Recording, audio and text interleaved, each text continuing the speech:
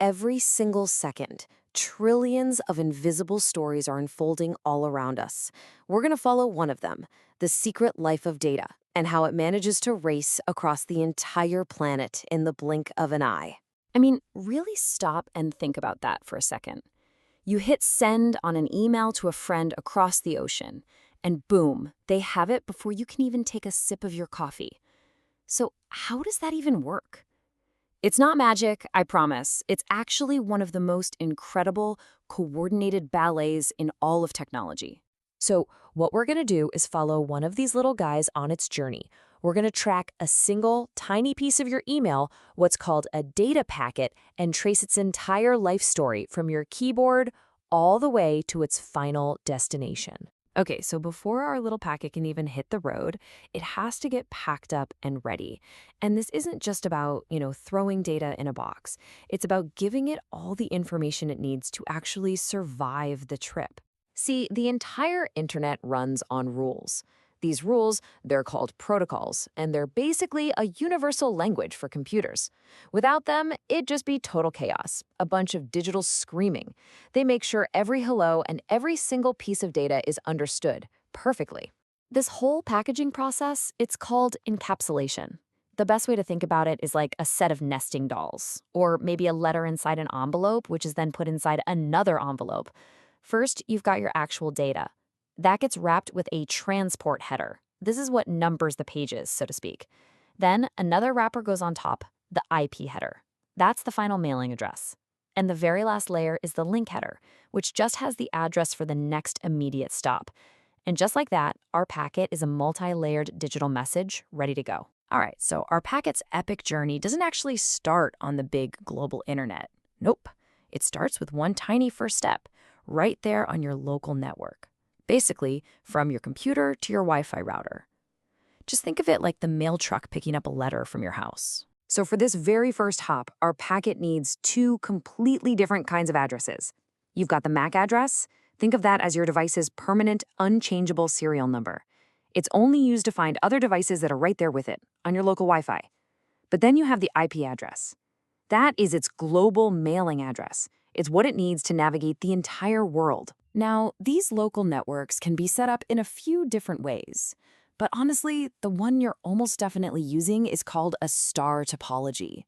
That's just where all your devices, your phone, your laptop, your TV, all connect to one central point, your router. So to finish up this first mile, our packet uses that local MAC address to find its way to the gateway, which is your router. Your router is basically the front door, the official exit from your cozy little network out onto the wild highways of the internet. All right, the packet has left the building. It is now out on the open internet, where it has to navigate this incredibly complex web of connections at pretty much the speed of light to find where it's going. And this is where you see the real genius of the internet. See, the old phone networks used something called circuit switching. That meant you got a dedicated private line for your whole call. But if that line was cut, your call was dropped, gone. The internet uses packet switching. It literally shatters your email into these tiny pieces, and each piece finds its own fastest path. This makes the whole network incredibly tough and resilient. If one road is blocked, who cares? The packets just find another way around. The heroes of this whole operation are the routers. You can think of a router as a super efficient postal worker in a massive sorting facility.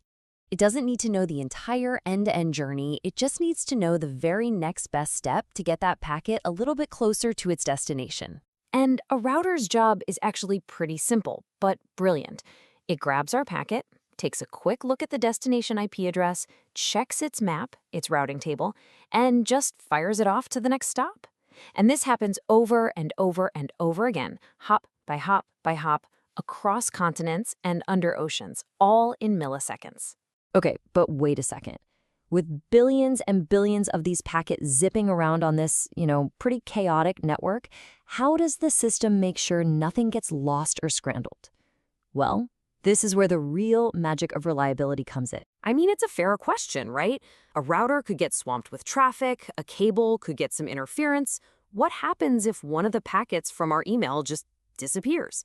Does the whole email just fail? No way. The system has this amazing self-healing mechanism built right in. It's called ARQ, which stands for Automatic Repeat Request. And it's basically a really smart system of confirmations and timers to make sure every single packet is accounted for. Let's walk through the simplest version of this. The sending computer sends out a packet, and at the same time, it starts a stopwatch. When the receiving computer gets that packet, it sends back a tiny message that just says, "Yep, got it." We call that an acknowledgement, or an ACK. Now, if the sender gets that ACK before the timer runs out, great, it sends the next packet. But what if the timer runs out? It just assumes the packet got lost and sends it again.